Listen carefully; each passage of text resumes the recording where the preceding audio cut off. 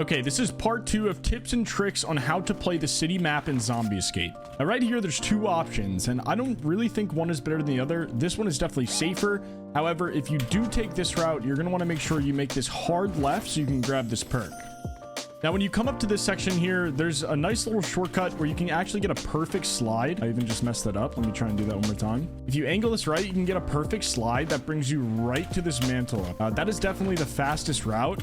And then I like to sit up on this block. You're safe from everyone. If you have utility, I would just be dumping some util in here. Maybe a proximity mine, maybe a spot where the zombies have to mantle.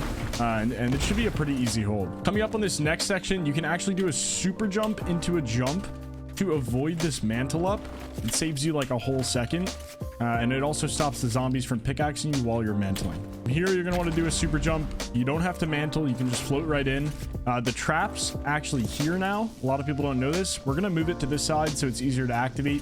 But in this section, you want to hold off the zombies in waves. So maybe one of your teammates is shooting him here.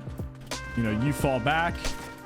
You buy this perk. You can mantle up, shoot them a little bit more, jump up here, shoot them while they're mantling. By that time, the door should be open, but you definitely don't want them to just pile into the front door without taking any damage. You should also have a player ready for EMPs to stop any bubbles that are thrown right here. Moving on to level 4.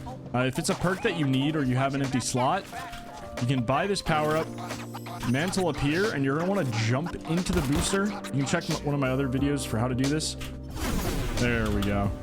Now I can b-hop all the way to the button or just slide in. Once the button is hit, if you have a lot of humans alive and you're not being overran, I would suggest staying here with your team and holding them off.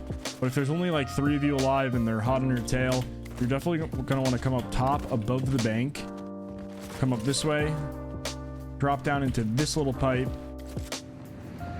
And then you can go straight to the bank button.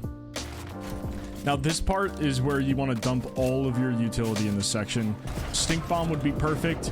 You want to funnel everything there, and you basically want to look on the sides because a lot of zombies hit their invisibility remote and then they jump on the sides. You can actually see their trails sometimes, so you want to look out for that. If you guys enjoyed these tips and tricks, make sure to like and comment on the video, and I'll make another video for level 5 and all the finales. Peace.